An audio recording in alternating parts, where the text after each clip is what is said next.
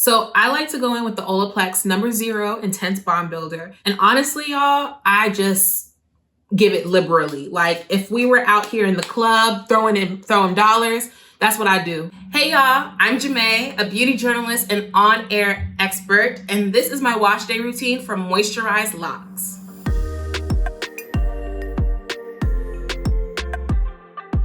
So normally the steps to my wash day routine are shampooing my hair. After I rinse that out, I go in with a mask. I leave that in for about 15-20 minutes while I hop up under the steamer. I rinse that out. I then throw in a leave-in conditioner, maybe some hair oils, before I go to retwisting my hair. After I retwist, I hop up under the dryer. After that, it's time to style. The first step in my wash day routine is shampooing my hair. Y'all, I love Dr. Bronner's Peppermint soap. It just does everything. It'll wash my scalp. I use it to wash my face at night. It's great for body acne, the peppermint. I've also used it before to just clean my house, to just restore my credit score. It's like my whole bathroom just smells of peppermint after I get out the shower, and I love it. And I like to actually shampoo twice. I started using Dr. Bronner's years ago for my body. As someone who has suffered with like skin issues and acne, I found that it worked perfectly. And then one day I just happened to do some research, and a lot of people who also have locks were sharing that they were using it to wash their hair, but you can actually dilute it with water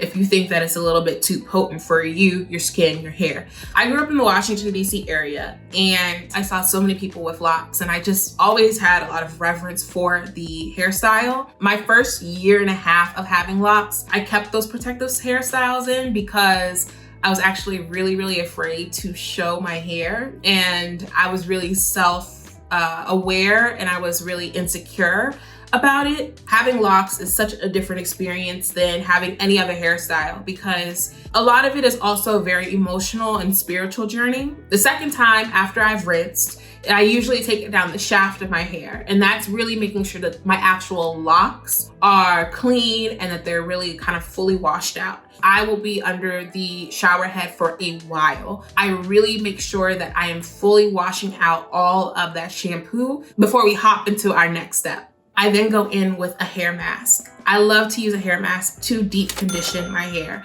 I do this every time I wash my hair because one, my hair is dry, and then two, I really want to make sure that after shampooing and kind of stripping out any natural oils, that I'm kind of giving my hair a little bit of hydration back. My favorite hair mask at the moment is actually the one by Olaplex. Olaplex is a really cool line that I learned about years ago being a beauty editor, which has a patented formula in their ingredients. But this ingredient actually kind of reconfigures hair bonds. Anytime you do anything to your hair, whether it's putting a relaxer in, it's dyeing it blonde, it's putting excessive heat on it, you are causing stress to your hair. Because I have so much hair, honey, I will run through that whole bottle like in 2 uses. So what I like to actually do is stretch it out a little bit by mixing it in with another conditioner. Right now, I'm using this big bottle by Natursense. I literally just do a quick little squirt, add it in with the Olaplex, and then it kind of gives me a little bit more long wear.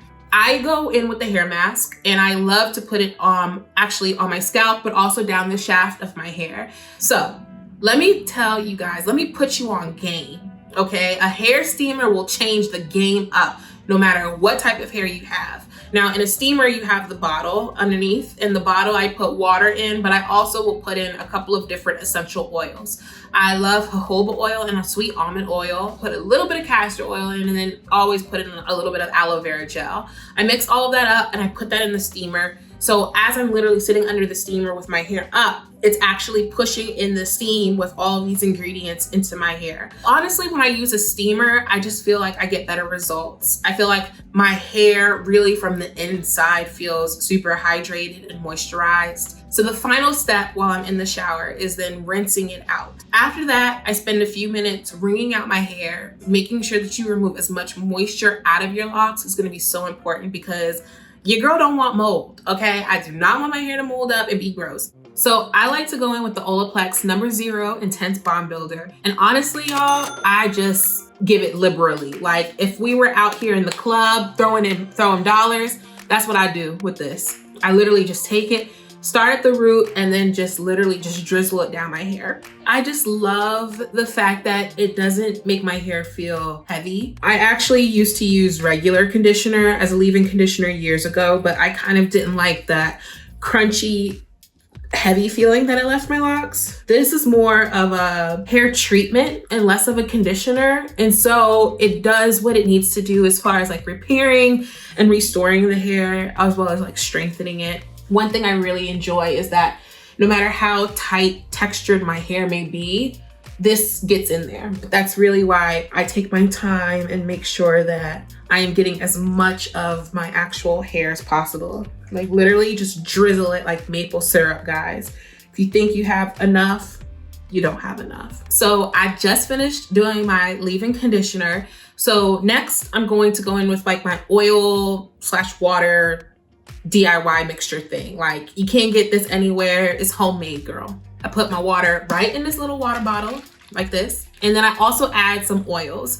So you can put a little bit of everything up in there. But for today, I'm gonna go in with maybe some almond oil, some aloe vera oil, and just a tab of like Jamaican black castor oil. If you have never used black castor oil before, I'm warning you now, you gotta dilute it. It's so thick, which is why I like to use just a, ooh, there you go, girl. Okay, don't get spicy. Gonna give that a nice little swisher. I'm literally just gonna do a light spray. It's because I don't like to twist my hair when it's dry. We're not going full on damp, okay? Just like a quick little spray from the root all the way down. I think the best way to do this, especially when you have a lot of hair, is to section it off. But I don't got time for that. So I am really, really tender-headed. So I try to, whenever possible, not use as many tools. I like to just use my hands and go with that. But for super clean parts, I do need something. This one, which has like more of like a rat tail kind of comb, which is gonna be really good for making sure my parts are straight, especially up at the top. Or you can just use a comb like this. Really, this is gonna be if you wanna kind of catch all of those loose hairs. Also, you're gonna wanna put your hair down, like after you twist it, because if not, it's gonna unravel. So I just bought these clips. These are just like the regular clips that you just get at the store. So my hair, especially when it's wet, is really, really soft. So I actually do like to use something that's gonna have a little bit more of a hold. So I'm using the Joie Naturals MyGel. What I like to do is just take a little bit on the back of my comb like that. Sometimes I'll just put it on my hand as well. I try to be really, really gentle because I will scream and holler. Just putting it right there at the very root. You're not putting this all the way down your hair. You're just putting it on the root of your hair. And then from there, I'm going to palm roll. So I palm roll my hair clockwise. So literally, it's a palm roll, just like that. You literally just want to palm roll kind of all the way down the hair. So from there, we're gonna take one of our, I always call these duck clips, but they're alligator clips because they clamp like an alligator. You're just gonna lay your hair down and you're just gonna clip it. So one down, 76 more to go.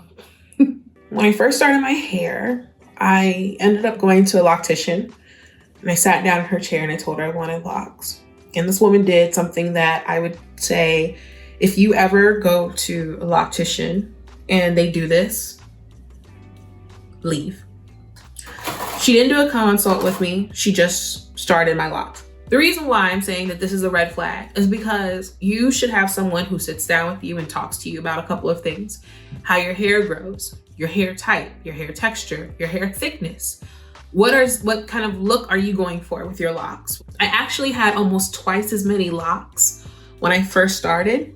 So a lot of my hair actually semi-free-formed, which is when you're not manipulating your hair as I'm doing right now. You're just letting it grow and letting it kind of naturally do its own thing. That's why I have a couple of double-headed dragons, because essentially it was when two locks just joined together and like they metamorphosized and just ate each other. And then, but they didn't go all the way down to the ends. Like some of them, they're not even like the two ends are the same length. Like each lock is its own separate, unique individual. And that's just how I look at it. So sometimes to minimize the amount of clips that I use, I actually will kind of do a twist on 2 different locks. So as you guys can see, haven't retwisted these. So I'm gonna go on and go about my normal method, right? So lock 1, retwist her all the way.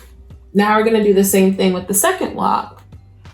And once she is retwisted, then I twist these 2.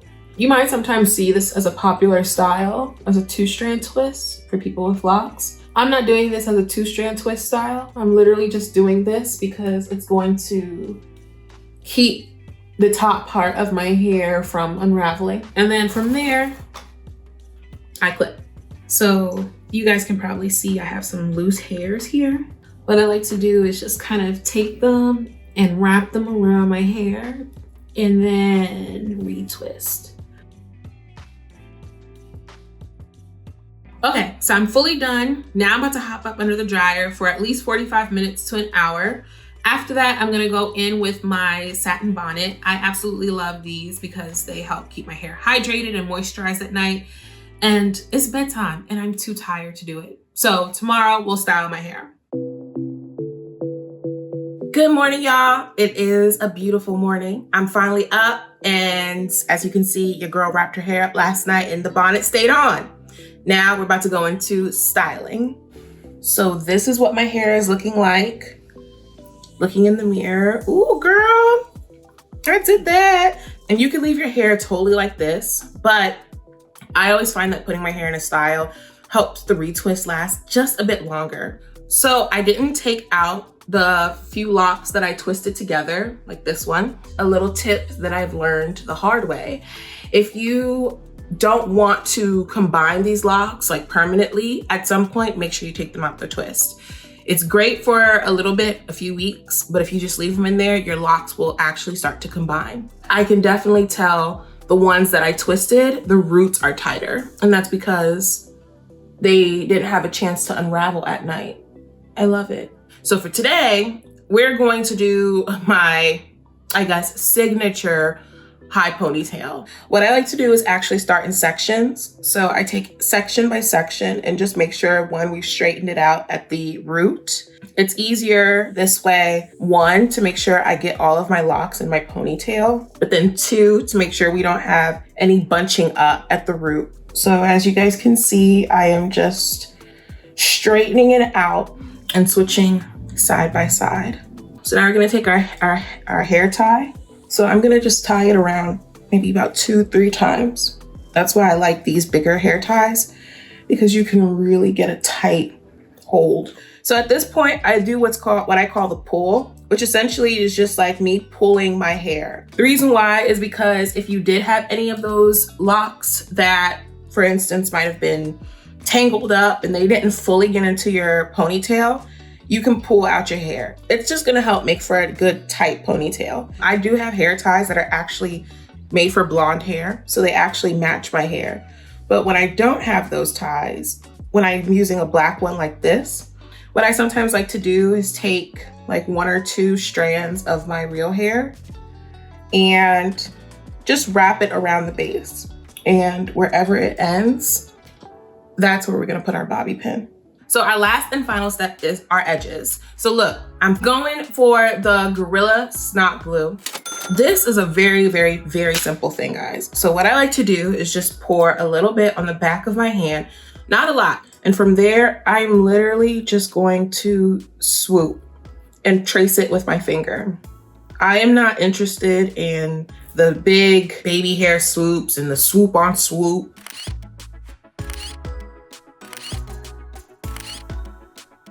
There is so much advice I would give to anyone who's thinking about locking their hair. First of all, do it. It is by far one of the most amazing decisions I ever made for myself, just because it taught me so much about myself, and it's taught me patience, and it's taught me just, again, how I see myself in the world, and just really embracing that. Like, whatever it is that your hair does, like, listen to your hair, take care of your hair, prioritize your hair health over everything else. But at the end of the day, no one can tell you what you're supposed to do with your hair, and you should just enjoy it.